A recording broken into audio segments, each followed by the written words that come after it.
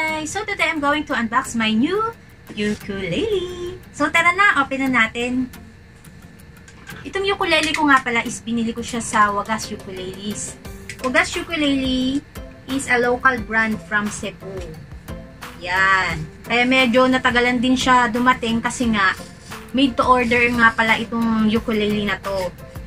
Una ko pa lang siya nakita sa Lazada, talagang very interesting na kasi siya talaga. Marami silang iba't ibang designs na pwede mong pagpilian.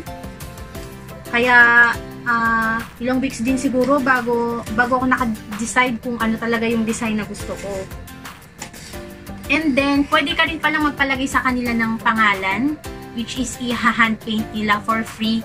Pero isang name lang, kasi nga pagka dalawa, may bayad na yata eh.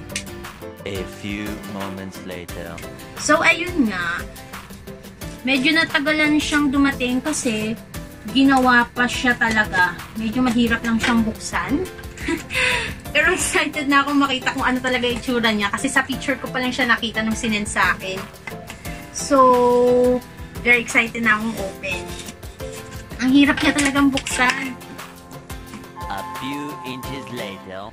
Ang hirap niyang buksan. Nakapak siya maigi kasi siguro nga para sa pagbibiyahe niya hindi siya masira. Medyo malayo pa kasi yung pinanggalingan niya from Cebu.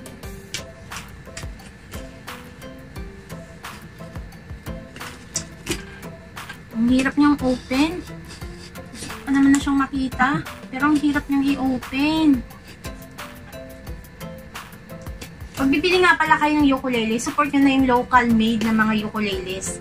Kasi, kung sa makakatulong na tayo sa kababayan natin, makakatulong pa tayo sa economy natin. One eternity later. Ang hirap niyang i-open. Medyo nakasil siya talaga maigi.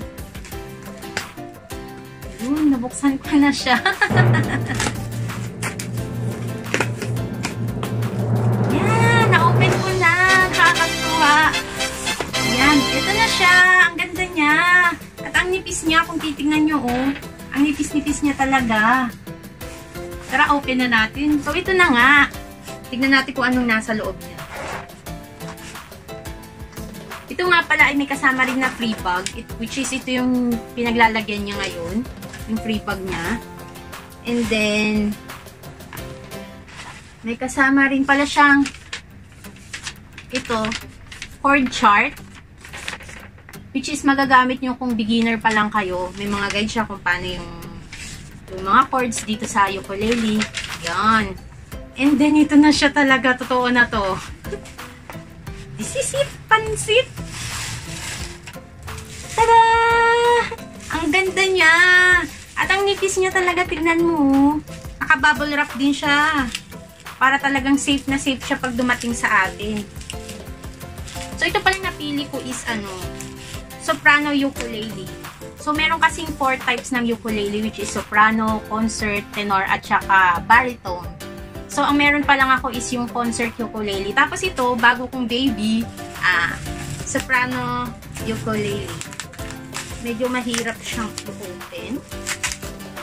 Kasi naka-seal siya maigi. Pero na-excite ako talagang gamitin kung ano ba talaga magiging tunog nito.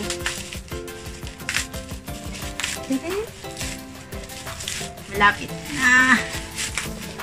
Konti na lang.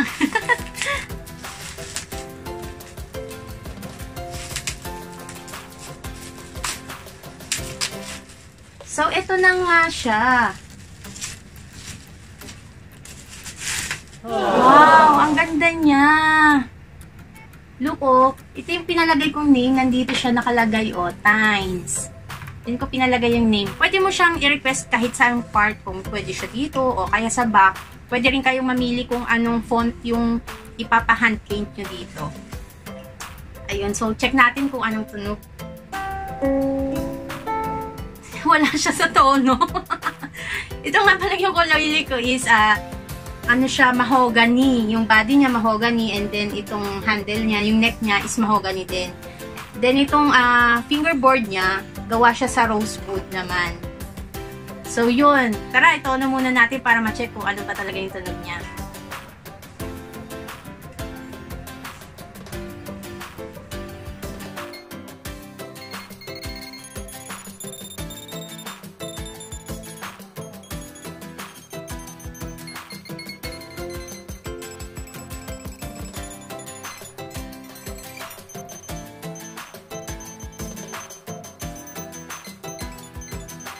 2,000 years later.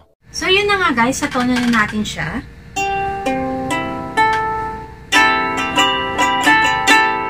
Ready na siya to play a song.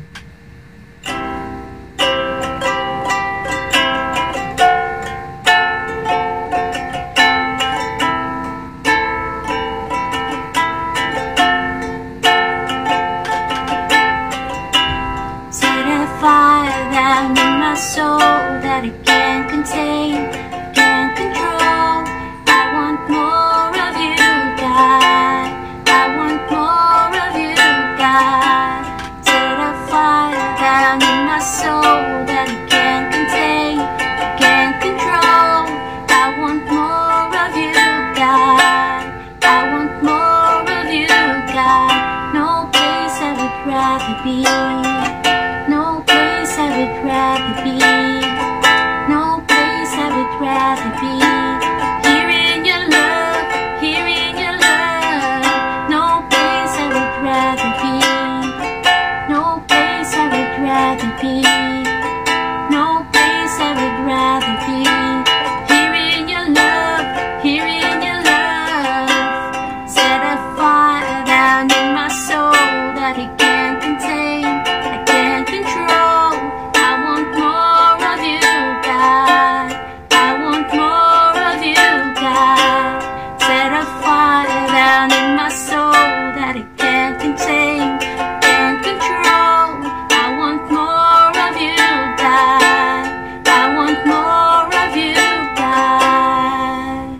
So, napakaganda niya nga talaga. Gamitin siya sa mga cover songs, ganyan. And then, if you want to go outside, nadala-dala siya. Madali lang siyang i-carry kasi nga small at saka slim lang siya talaga. At saka ang gaan niya lang.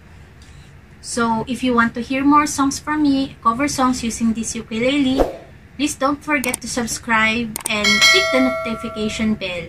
Bye!